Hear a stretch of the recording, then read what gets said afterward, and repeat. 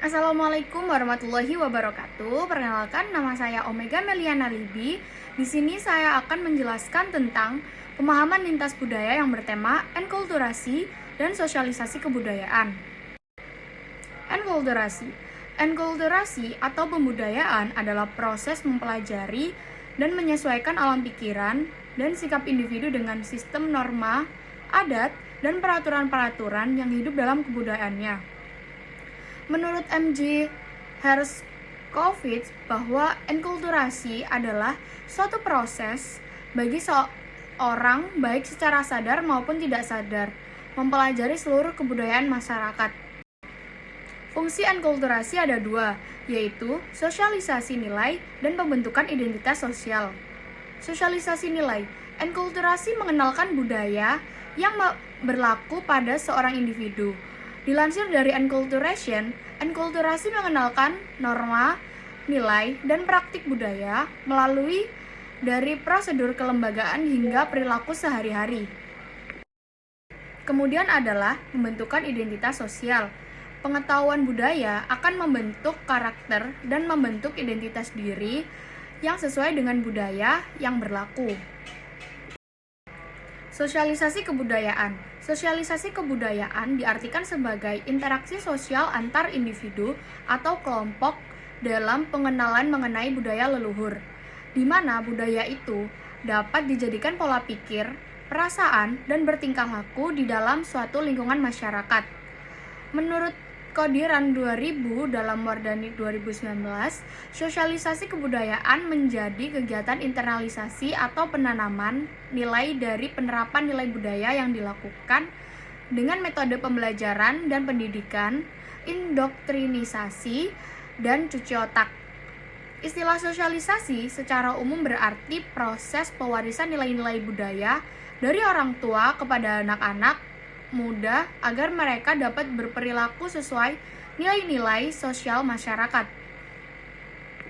Berikut adalah contoh enkulturasi. Yang pertama, seseorang yang tumbuh di Indonesia akan berbahasa Indonesia.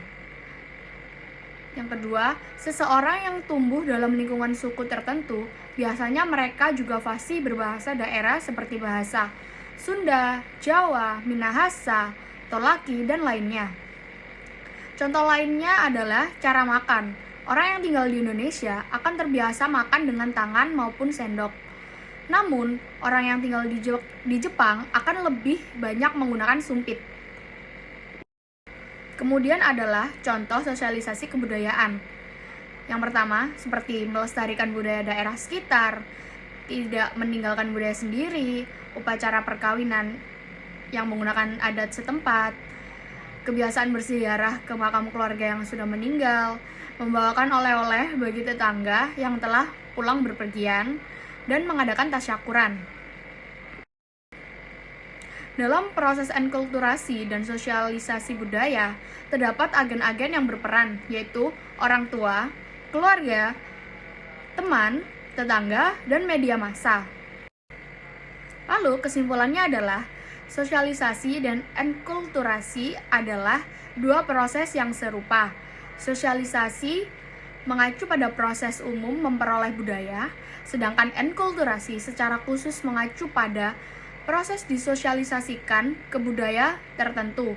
Bahkan tidak salah jika dikatakan bahwa enkulturasi adalah produk sosialisasi. Perbedaan utama antara sosialisasi dan enkulturasi adalah bahwa sosialisasi pada dasarnya merupakan proses belajar untuk berperilaku dengan cara yang dapat diterima oleh masyarakat. Sedangkan enkulturasi merupakan proses disosialisasikan ke dalam budaya tertentu. Nah, istilah sosialisasi terutama berfokus pada perolehan pengetahuan, bahasa, nilai, keterampilan, dan kebiasaan masyarakat. Sedangkan enkulturasi lebih berfokus pada perolehan ciri-ciri budaya. Sekian dari saya. Wassalamualaikum warahmatullahi wabarakatuh. Terima kasih.